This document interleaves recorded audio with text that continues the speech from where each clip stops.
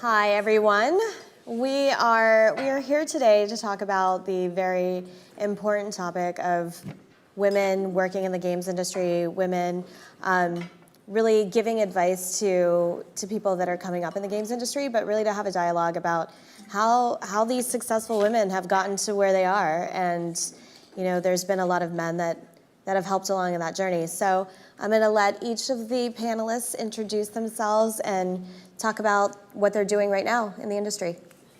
Hi, my name is Kate, and I'm a product director at Product Madness. We are, depends how you count, but we are the largest game developer in London.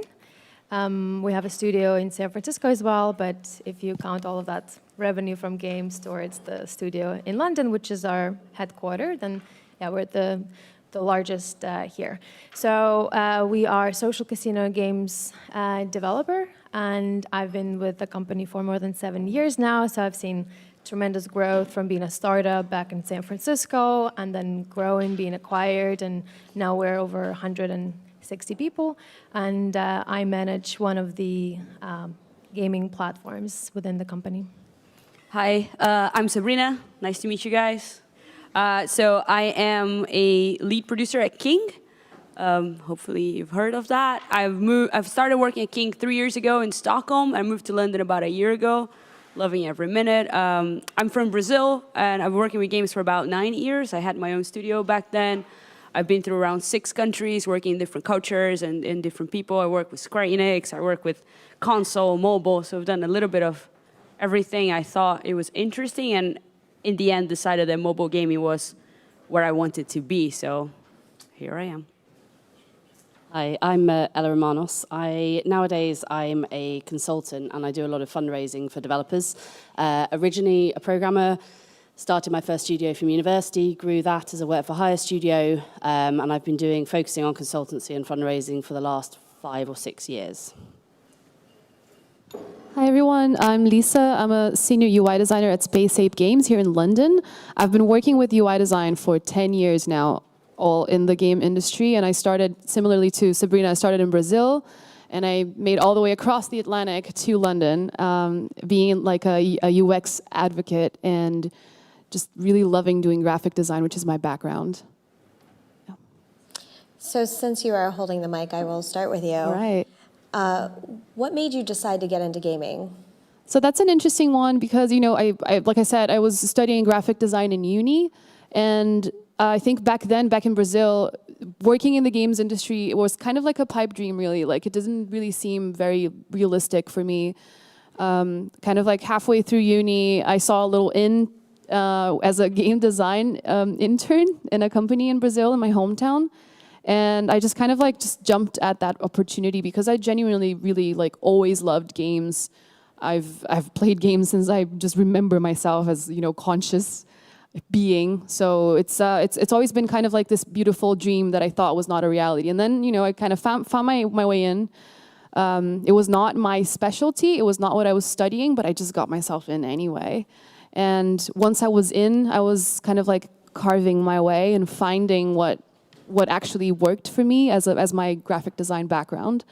And I had a lot of help back then in the sense of people telling me hey, you know what, maybe you should do UI, which was not in my program at the time at university. It was mostly digital design, graphic design, a lot of print, book design, stuff like that. And I was like, okay, I'm gonna learn, at the job. And that's kind of how I got in. And I fell utterly in love with it. And I've been doing that ever since. I would say it was more of accident. So I was doing my MBA program, and I was really into entrepreneurship. So as part of that class, we visited a lot of companies, talking to a bunch of entrepreneurs and founders of companies. And one of them was ClickNation, based in Sacramento.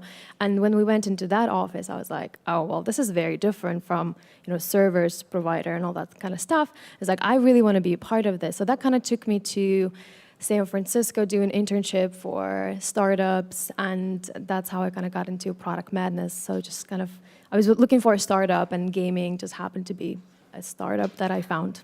So that's how I got it. Sabrina, why do you stay in games? That's a good question. That's a very good question. I think there are a number of reasons. I was trying to prioritize in my head. I'm a producer, I prioritize. So I think there are two things that makes me stay and actually for the long term. One of them is because when I started, similar to Lissa, there was no one like me in Brazil. And it was very lonely. So I wanted to stay because I wanted to see a moment in my life in which we will all be sitting here in a conference and I look at you guys and, wow, I can relate to you. This is insane. So I wanted to stay because I wanted to see that growth.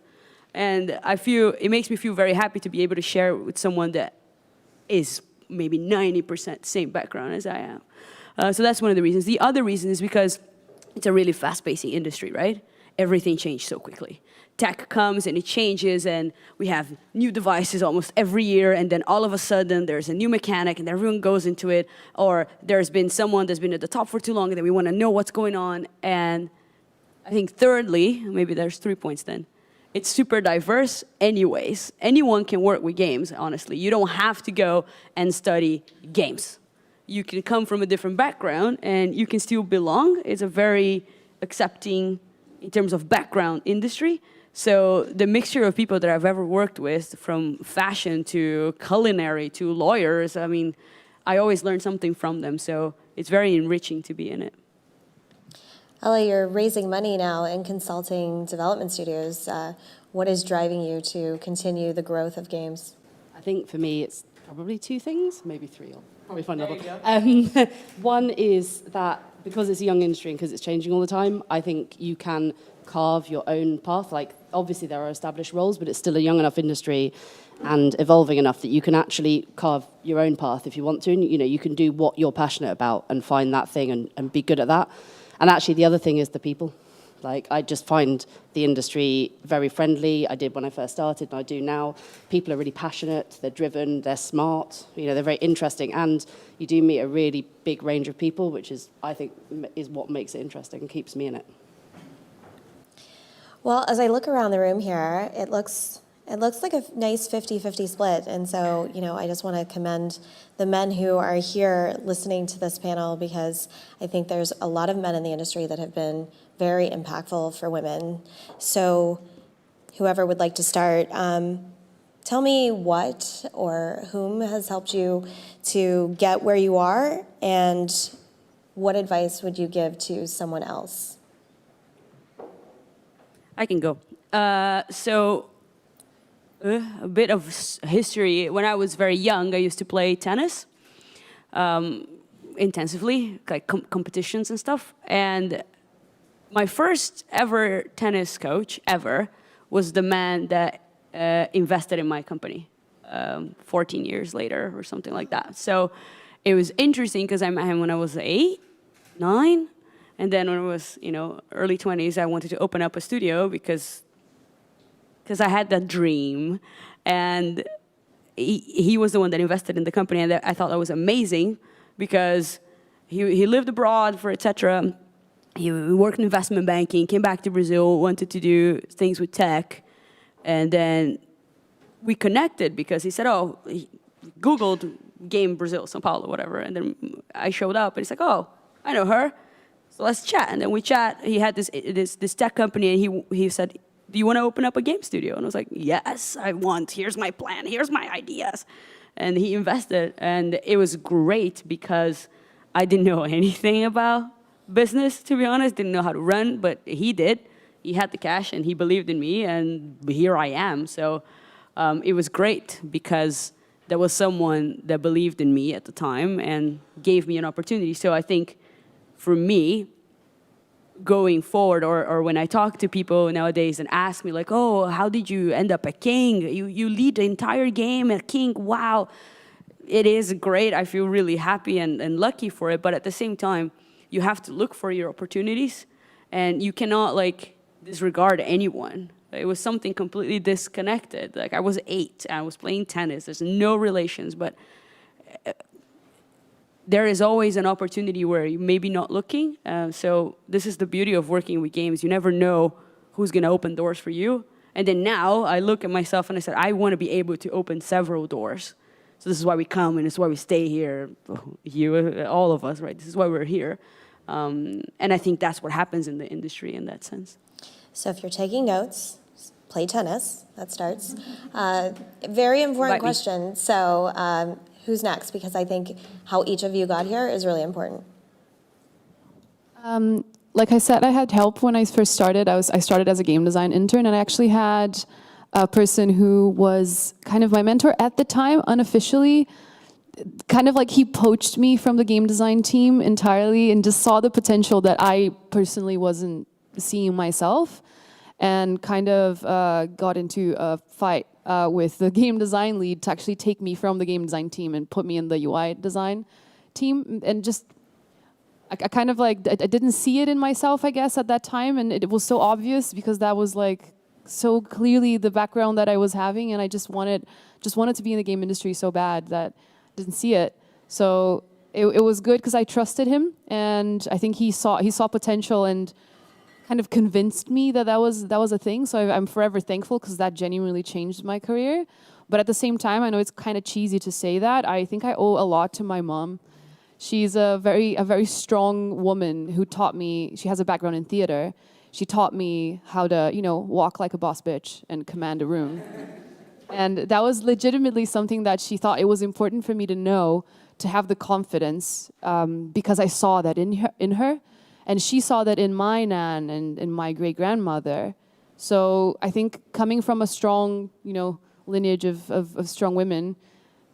Just like look at the strong women in your life. I guess that would be my advice, because it's not necessarily something within the industry. It's like learning how to be yourself and how to unabashedly love yourself and be confident to show that to the world is something that can come, from your nan, anyone really. So both for women and men and everyone, look for the strong people, confident people that are not as obvious as you may think as good examples, but they are. And I think that has taught me a lot. Okay.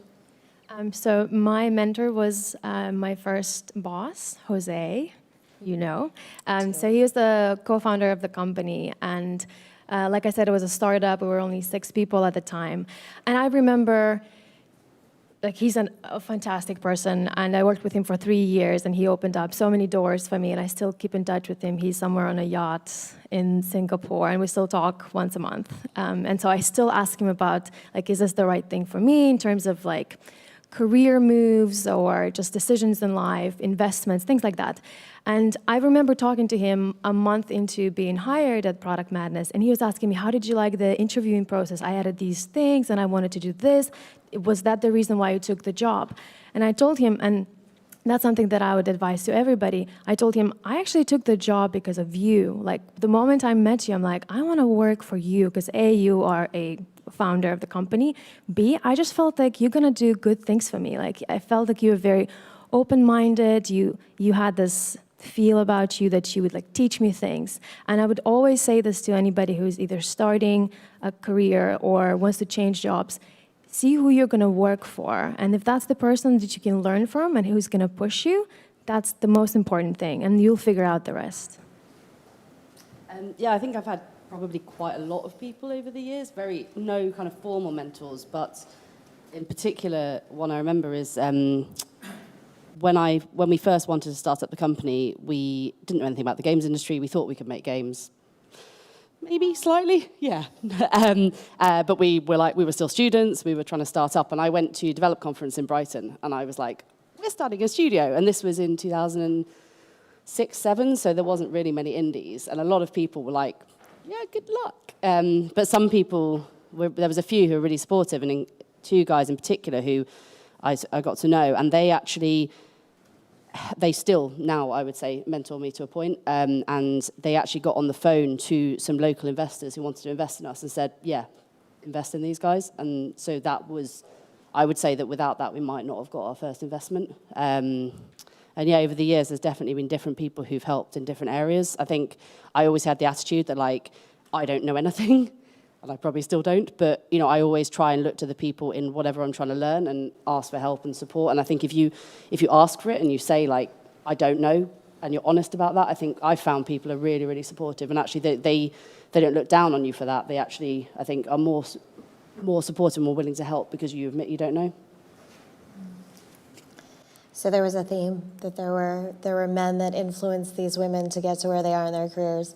Similarly, I started in casino gaming, and the casino industry is hugely a male-dominated industry, and I remember people saying things blatantly to me that women should be looked at, not consulted about gambling or discussing money. And so to also have found a man who was leading casino marketing operations, I took care of very high-end gamers. It was really important to really just find what I admired about this person, and I just looked to kind of make my career and model my career after what I had seen him doing. And he also gave me an important piece of information about not writing checks with my mouth that I couldn't cash with other parts of my body. So basically just really doing what you say you're gonna do and being reliable, and that can come from women in the industry, men in the industry, but here we are now in our positions, and I think it's a hot topic. So what are some of the common misconceptions you think people have about women in games? This is for anyone. I think a big one is that you need to be a man in a skirt to succeed. You don't. You can just be yourself, however flavor of gender spectrum and expression that you may have. But it is a misconception that, if you want to be a woman and lead, that you have to have the same characteristics of a dude, and you don't. We even thinking that specific characteristics are inherently male or female, and then separating some of them as specific to leadership is, not that great. You can lead with love and candor and taking care of people in a way that's not, arrogant or commanding. There's different ways of doing that, and I think I was expected by other people and at different times in my career to behave a certain way, and I've always been personally, because that's who I am, very feminine and always leaned into that. At the same time, while other people weren't, and that's perfectly fine. Having to break those stereotypes was pretty important. For me, is that women are more emotional. So if you're a leader, you're going to be more emotional. So if there's a difficult conversation, let's put Sabrina to solve it, because she was born like this. And it's not true. I'm much more rational, actually. So if you get to know me, I don't really do feelings much. And it's a common misconception, and I've seen that not only about me, about several women saying, "Oh yeah, they're very emotional, and so we are going to have to treat them differently." Actually, to be inclusive is to try and treat everyone as they are. And there are women that are going to be emotional, there are men that are going to be emotional, and I think it goes the other way around. If we have men that are emotional, they're also not treated fairly because they're expected to be rational. And it's not fair to them. And I've seen that happen as well. So there are misconceptions on both sides that we have to stop. Actually, humans are gonna be humans, and you're gonna be yourself, and I'm gonna be myself. And if we're similar, great. And if we're not, great. But we as leaders, or we as people that work in teams, we have to be open-minded. We have to understand that we can't go with our unconscious or conscious bias to this. People are gonna be who they are, and that's what makes the team strong. Unconscious bias, buzzword. So having talked about this several times, and some of you have spent 10 plus years in the industry, from a generational perspective, I think years ago there was some blatant discrimination, not that there isn't still blatant discrimination, but I think that there's a lot of subtleties that exist, and they're also very well-intentioned people. What would you tell those people about how we can be more mindful about the topic of just being inclusive in general? I think that one of the key things is assuming that you need to hire people who fit into your culture. It really frustrates me, and I know other people feel the same. But the idea that if you want to bring someone into your team, they need to fit within the existing culture, I think is completely backwards and completely the wrong way to look at it. You know, we're a creative industry. We need to innovate. We need to be creative. To do that, you need different views, different opinions, different backgrounds, different experiences. And the only way to do that is bring in people who are different from you. I always try to hire people who are different to me and smarter than me. And I think that that genuinely will create a better environment for the company. Obviously, there's challenges and things, but overall, I think that is really important. And without that, I don't think we can really evolve. Kate, have you seen anything specific that you would definitely call out so other people know what to look for and be intentional about it? So we spoke about this before, but I think I've been very fortunate to have very strong and respectful male in my professional life. That being said, I do notice sometimes when people, because everybody has a personality, but sometimes, male leaders would make somewhat inappropriate jokes, and I think that could rub off people the wrong way. I know that it is well-intentioned and it is funny, but I see how it could also kind of not be very appropriate for especially more sensitive people. So it's something to keep in mind, if you're in a work environment, maybe don't make those jokes.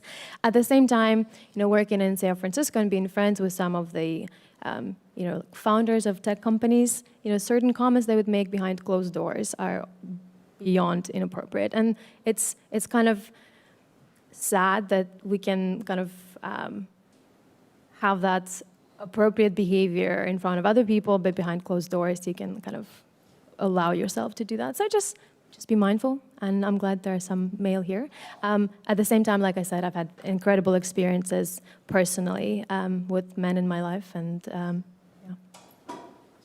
I think like Kate said, if you see inappropriate behavior or something, if you're an ally, call it out. Don't be afraid to say, hey, you know what, that's shit. Because we need more people saying that, not just, us. I do that very often, and sometimes it surprises me that other people are not looking at me and going like, oh my God, that's true, because people still do that. It's just, sometimes it's a cultural thing, sometimes whatever, but you just need to call it out, so yeah. So I appreciate everybody participating in this panel. I feel that we're getting a little desensitized about talking about these things. So what is the one question on this that you are most tired of hearing? And what do you want to say about it so nobody ever asks you again? I can start. Officially. I can start. I am so tired of listening. So, have men been bad to you? I mean, everyone could be bad to anyone. I'm very tired of being asked, what are the things that men did to me that were awful? There were women that did bad things to me too, But at the same time, independently of the reasons, whatever happened before shaped who I am, the good and the bad. And there must be something right because we're sitting here, right? So I'm very tired of looking at the bad parts of it, and I'm looking forward to discuss the good parts of it. I think the question when you ask, was there someone that actually helped you get where you are? It's important because there are. And I feel really uncomfortable being in front of an audience or even in a circle with people talking on complaining or saying, oh yes, I get interrupted all the time and et cetera, et cetera. We do. That's it. What happens? I mean, everyone does. Everyone. It's not just a women thing, right? It could happen more often, maybe, but it's not. I think we are too ambivalent. Is that an English word? Yeah, thank you.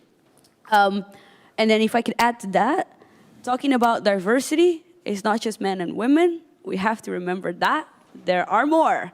It could be ethnical diversity, it could be sexual orientation, it could be experiences, background. I mean, we all work in gaming, but it's still a diverse panel because no one has the same job and we haven't gone through the same things. So I think those are the two things that I'm very tired of being asked. So you talk about diversity, and it's not just a gender or sex being biological, right? If she can see it, she can be it, is kind of the motto that's been out there. What would you say for women that need to still be trailblazers, whether it's games or anything that they're doing? So Are you telling me that if I can't see it, I can't go be it? So a lot of you were the first of doing what you were doing. How did you do it, and what advice would you give for females coming up in the industry? We talked about this yesterday at dinner, but the reality is that if she can see it, she can be it. So if I see a woman or a man doing it, then yeah, I can do it. Or if I don't see anyone doing it, then maybe I should try. For me, it was always like that. Like when I started with gaming, to be honest, I didn't even know that that was something you could work with. When I grew up with sports, I didn't know you could make games. I didn't even think about how that worked.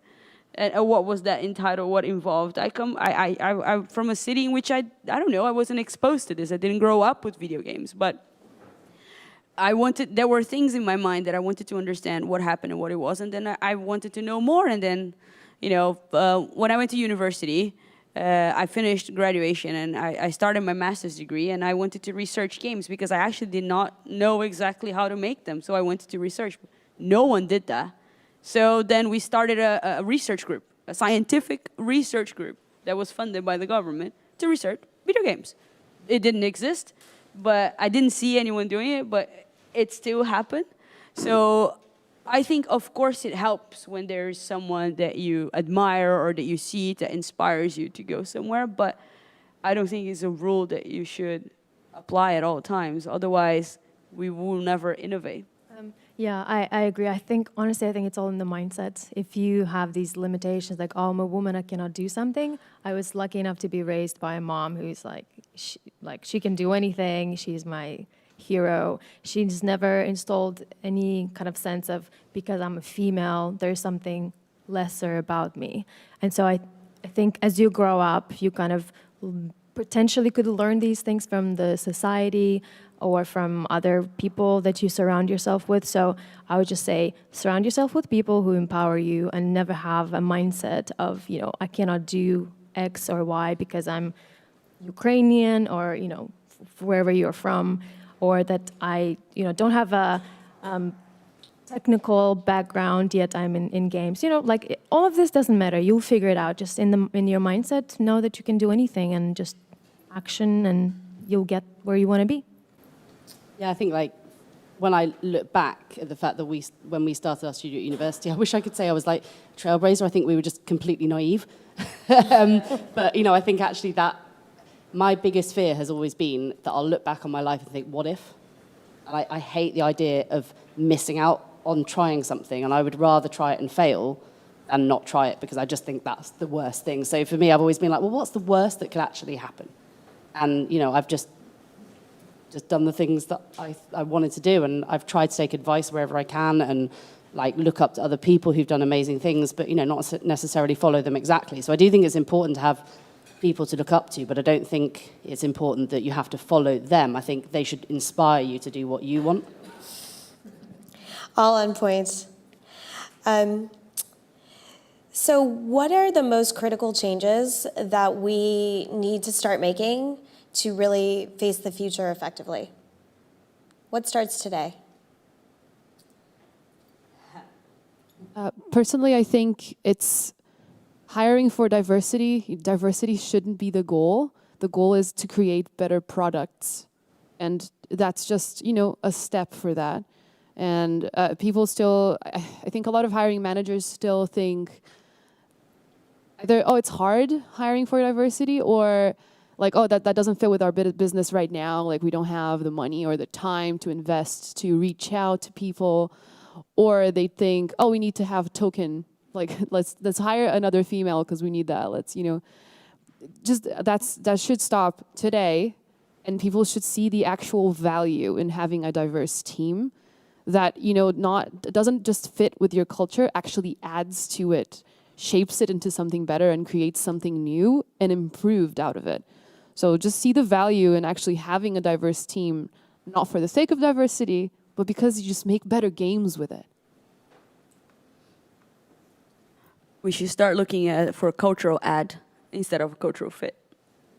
Now, we should start not getting someone and trying to make them fit here and getting you and trying to make you fit here. We should look at someone and see what are the value they bring in. At the end of the day, we all want to make great products, great games. We all have our different motivations. It could be because I wanted to make something beautiful, because I want to make something fun, because I want to make money. It doesn't matter. But you need to find the people that are going to add to you to get there, instead the ones that are going to be exactly like you, just because that's much more comfortable. For me, I think if we want to get more diversity in the industry, we have to start when people are very young, like primary school. And I think we have to engage at that level. It's not just a games industry thing, it's a society thing. But one of the things practical things that I would like to see right now is code clubs are great, but I really want them to be renamed creativity clubs. Because it's not about coding, it's about what you make.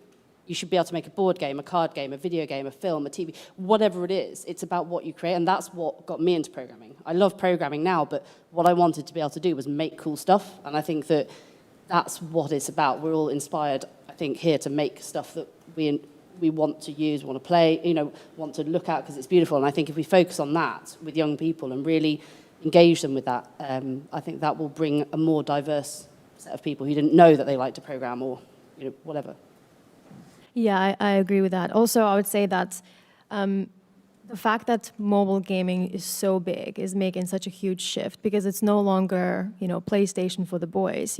Women play mobile games. So I think growing up in this new era where women play mobile games, I think it becomes more of a normal thing. Like, oh, I can make mobile games because I play them. I can relate to that. So it becomes more accessible. So I think that would kind of translate into more people, more women going into coding, being interested in gaming. So I think that's a really great thing for where we are in gaming. And as somebody who consults hiring managers every day, I think that every single person that we talk to, it has to be, what is your special skill? What is your, unique value that you're bringing?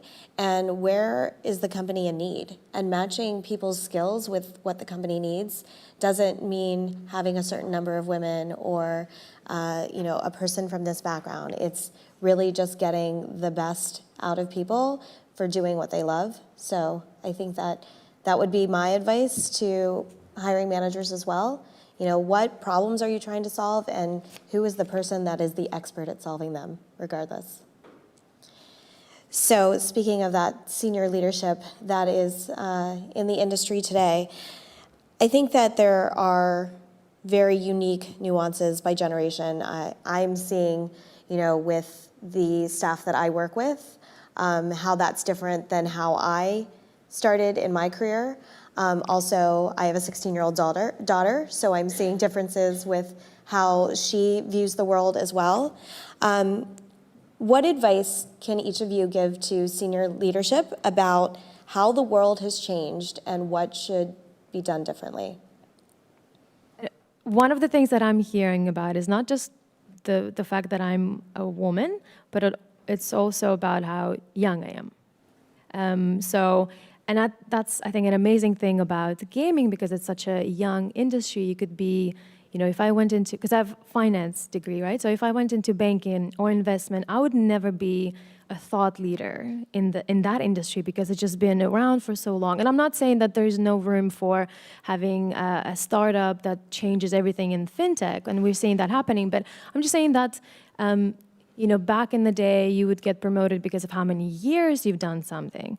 But now it's more about what's the impact that you provide, right? And so I've been very blessed to be in the industry where it just started, and I was able to grow within my company and with the industry, right? And I think that's it's very special, yeah. So I think when we talk about senior leadership, just paying attention to the fact that as the industry matures, don't forget about the fact that you have young people who could be very good at what they do, and just keep promoting and empowering people who are younger to take on projects, show leadership within their organization, and don't just promote based on seniority and tenure.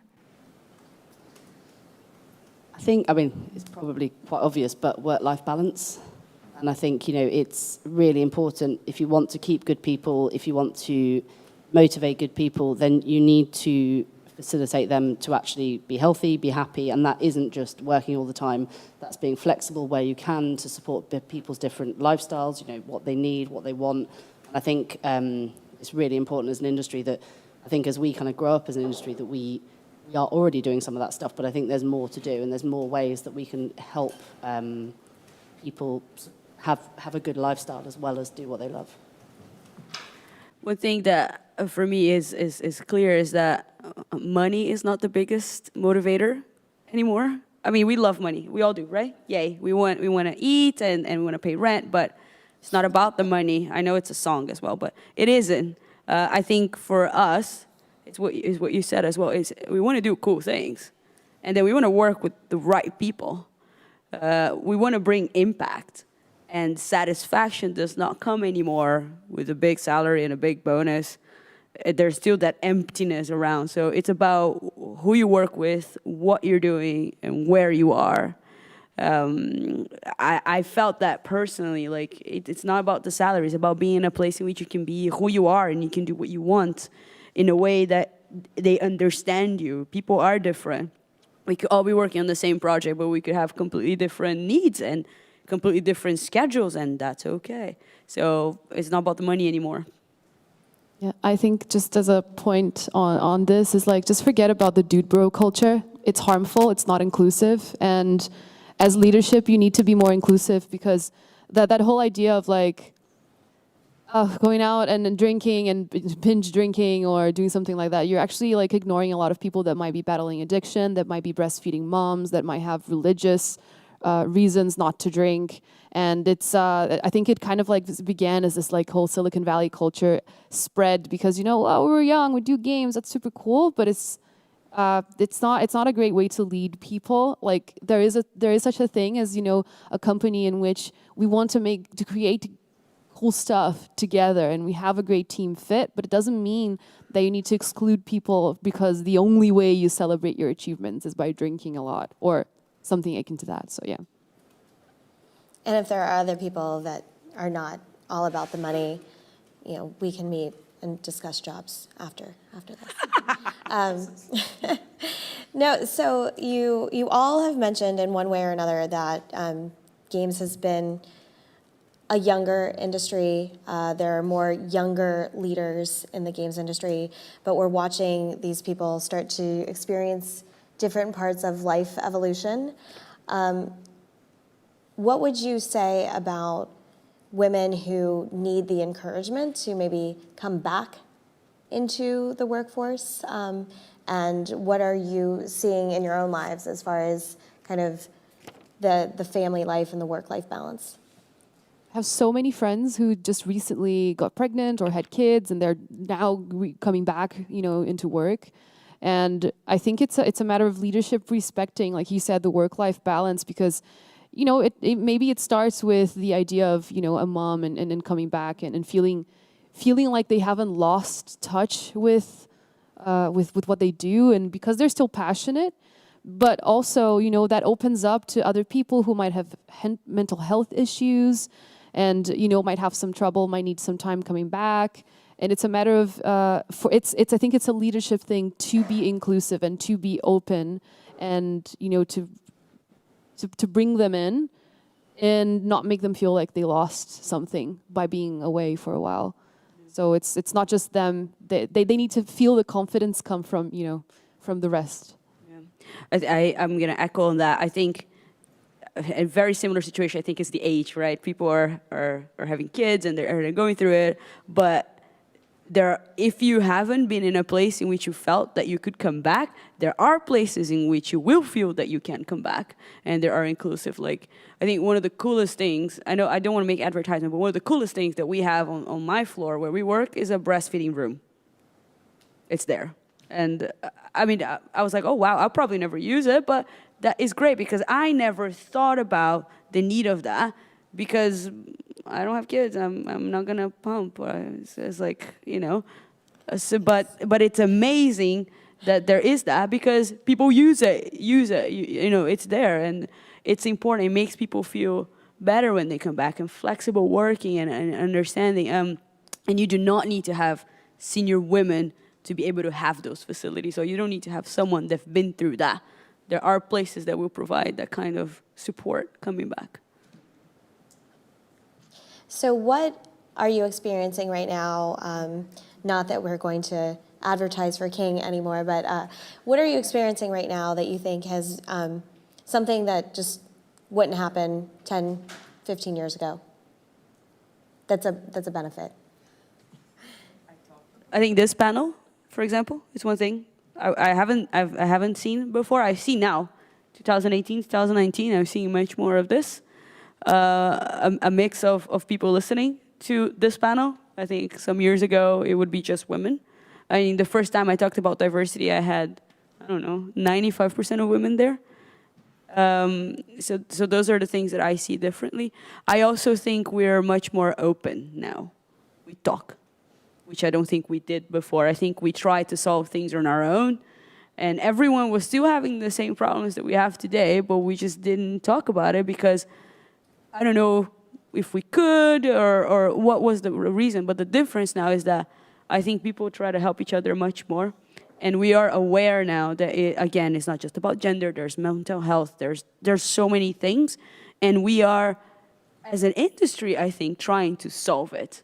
And that's great, because I want to be part of this. I think with my company, one of the most interesting things that I saw was the change in the paternity policy, right? You know, dads getting that time to spend with their kid and really help the second parent, you know, really valuing family. So it's been a really exciting change to see more and more dads going out and really taking that time off, disconnecting. Work will continue to happen, right? But your kids will grow so fast that you need to be there to catch it. So I definitely commend those companies that are making that time equal. So, Experience Miami right now, we are just hiring for an entry-level position. And one of my concerns is always that we don't have advertising budgets or, recruitment fees. So we go out via Twitter, and one of my concerns is that we're only reaching our usual network, and that doesn't necessarily encourage new people. But we put this job role out, and we got well over 50 applications. And I haven't counted exactly, but I think around 40% of those were women. And we ended up, and genuinely this was not a bias, we actually ended up, all of the people we shortlisted were women. And that wasn't because I was intending to do that, but it just ended up that the type of role and the people that applied, and for me that was incredible. I hadn't had to reach out any other channels, that was just through those social networks, and we got that many women applying. We are seeing more women applying for developer roles and QA, and I think that's somewhat new just because more women go into university to do those degrees. And on top of that, when it comes to hiring, I do hear people say, I really want a woman on my team. Like, I just want to add that softness and add that other perspective. Like, I hear hiring managers from the dev teams, from product teams. So I think we are starting to see the value from having the diversity on many different fronts, gender, what have you. So I think that's been nice to see. And I do hear active conversations of people saying, I really want a woman on my team. Yeah, I think it's a very similar situation for me as well. We are seeing more women applying, actually in my case, for more development, more mainly male, engineering type roles, which is great. But I think in another way, it's this helping out, this reaching out and having circles of women, non-binary, queer people, kind of finding each other and in the industry, creating these groups for support and for, just recognition, really. It's not about the money or the networking. It's just really hey, you exist and I see you. And I think that's super important because we're also breaking that stereotype that women are competitive with each other and stuff like that. Actually don't. We build each other up. We can do that, and we are doing that way more right now. I think that's one of my favorite things from this moment is the number of collectives and mentorship deals that exist that are focused around women, non-binary, queer people, and gender diverse people. So I really love that. So as we get into the Q&A, because I'm sure everybody here wants to know more about this topic, but what is your favorite game right now? Matchington Mansion. And why? I just lets me relax my brain. You don't think, you just do your thing, and it's pretty, and it has the puzzle aspect to it, and then also the kind of artistic expression when you build your rooms. I don't know, just very, very lovely game. Assassin's Creed Odyssey. I'm in love with Cassandra, and I love going to Greece, like there. So there in the video game. I mean, in life as well, but it's just great. Actually, like I get home and I want to play on the console because I work with mobile games, and it's direct. When I play mobile games, I'm analyzing, I'm looking at it. So I do want to like escape from this, so I go to an RPG. Hidden Folk, mobile game, which, not free to play, and I work mostly in free to play stuff. I just love it. I think it's the sound effects. Not so new, but I'm obsessed with Into the Breach. I love deep strategy, hard games, and I just play it all the time on my commute. It's my commute game. It's frustrating, and I love the pain. I'm going to plug the Star Trek Fleet Command. I don't know how to play, but it is my favorite game right now.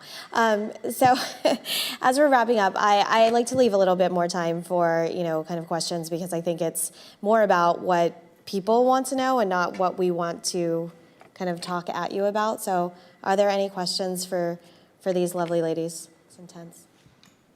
Hi, I've heard, thank you for the talk, I've heard two kind of different sentiments here in the panel. Now, one is that I've personally agree with is that diversity is not for the sake of diversity, but for the better of the product and the people and the users and so forth. And the other sentiment is actually like, okay, there is a tenderness that women can bring and stuff like that. So like we probably should specifically look for specific kinds of people to bring into our teams. I think that's what I got. So, and I think generally I think these are very separate, and by focusing on these formal aspects of race and gender and sexual orientations and so forth, we kind of defeat the purpose of actually battling discrimination, because then we focus on these aspects and not on what matters for the product. Because I mean, there are fantastic, there are women that are very logical or strong and non-emotional, and vice versa, and all kinds of people in all kinds of these sets of gender and race and everything. So isn't it better just to focus? Okay, it's probably better for our team we have so many like thinkers, and we probably maybe need a leader or so many leaders, and we probably need an administrator, because there's like models like a Belbin model of project roles, and you see, there is a deficit of this specific kind of thinking, and we need that for the sake of the product and users. Thank you. Yep. I agree, actually. So we were talking about this before. We had our panel before, guys. And then it came to a point that it's what we said, diversity is not just women, men. Let's get a rational person with this, and then with this. I think it's about first what you're doing, what you want to achieve, what the product you're doing, what are the needs. I think it's a lot what you said. What is the special skill that's going to solve this, and what's the group of people? And I don't think it matters how you're born or etc. I think it goes to where you solve it. But at the same time, for me, I've been in situations when I started managing, I used to build teams in which I felt really comfortable with. And then I learned with time that was a mistake, because no one was questioning any decision. No one was challenging anything, and no one disagreed. So we would build things and they wouldn't work. And I was like, why aren't they working? Because we were looking at a micro lens. So it depends what you're building, who you're building for, and the team around it is just a consequence. I think diversity is part of the process. It could be a team entire made of Londoners, but it could still be diverse because one is an architect and one works in fashion and one is a cook, whatever. I don't know the point, but I think it's about that. However, I saw myself being surrounded by people that were exactly like me. independently of who they were. We were very similar. We had a very similar style. We wanted very similar things, and that was not diverse. So we had to break that pattern. Yeah, but probably we're talking here about having some sort of a framework in the company that focuses on battling these biases. But it doesn't have to be like, oh, we need to have so many, as you say, people of certain race or gender, something, It's not about that so much, right? It's You about hire- there should be a system, a checks system to make sure your unconscious biases are looked after, in the right way, so that they're kind of confronted and critically checked, Do you hire for your team? Again? Do you hire for your team? Yeah, I mean, yeah, I used to. I haven't managed my company for like 3 or 4 years, but I did for 10 years before that. So yeah, and we have like I think 70% women, for example, in our company, because like game services. But and it didn't happen before because we wanted more women. It's just because people turn up for interview that turn out to be better candidates. We hire them. I think it's very important with the biases, like you said, but sometimes they're not conscious, right? So we know the fact that when in the symphony, the music industry, right, when they started blocking the appearance of the pianist, more women started getting the jobs. So it's not that you are looking or hearing the same music, you're still making some assumptions, right? So I think what we're talking about is not that you shouldn't get the best candidate. It's the fact that you shouldn't assume that a guy is a better candidate because he's a guy and he's more assertive and has better leadership qualities. I think that's what that comes down to. And sometimes it's difficult to make that judgment just because we all have our biases. Right. Hi, thank you for your talk. You're all very inspirational leaders. I was wondering, should there be a sort of shift also in terms of age hiring, as was touched on a little bit? Because I was recently a graduate. I got into the games industry, but after first becoming an intern all the way in Vietnam, I started there because it was so hard to get into the industry, especially like mobile. It was a little bit easier because it's such a huge market. But I was trying to get into console first. And even though I had a lot of independent projects and graduate projects that were very successful and got very high grades, it was still very hard to sort of get that first step into the industry. And so apart from sort of gender hiring and stuff, should there also be, because there is some graduate programs and some entry-level sort of steps, but often they're still very competitive, and often they're also prioritized to master's students and stuff like that. So what are your thoughts on sort of that? So you guys all work in big companies, so you may have very different view, but from sort of my point of view, I think that the industry is growing up, and I think that we are getting better at this, but I think that there is still a disconnect between what graduates can be reasonably expected to come out of university with and what companies want them to be able to do. And I don't think that it's either university's fault or industry's fault, but I think there is a disconnect. And I think we are getting a bit better, but personally, I think there's a lot of work to be done on both sides. And I personally don't think that we can just say to the universities, you need to prepare them more, because actually university is about learning, and it's about being able to think for yourself and about question things. And there's a lot beyond just actually being able to sit there and make stuff. And I don't, personally, when I see degree courses that are too focused on just making, that actually worries me more, because I think, yeah, okay, you can sit down, but can you actually think about what you're doing? Can you critically assess things? And those sort of things are really important. So I think that it is something that we all need to work on. It's not really a specific answer, but I think you're right that there is a problem, and I think that there is some progress towards it, but in my opinion, not enough. I agree. It just needs to become more consolidated as an industry, so that more companies have internship programs and graduate programs. This shift that needs to happen, and the expectations of what the university can actually teach you versus what we expect as a hiring person, even for an entry-level job. There is a big disconnect there. That bridge needs to be a lot closer. And I think it's just a matter of maturity, really. So the industry is growing up. We are a young industry. It is growing up, and more opportunities are being created. That's just going to happen naturally. Just maybe to provide a little more insight on our company, I'm working with the London office, and also we have an office in Ukraine. And it just really comes down to how you budget your new people, right? So in London, it's about headcount, so we can hire 2 more people. And if that's how you look at it, you want to get the most experienced people.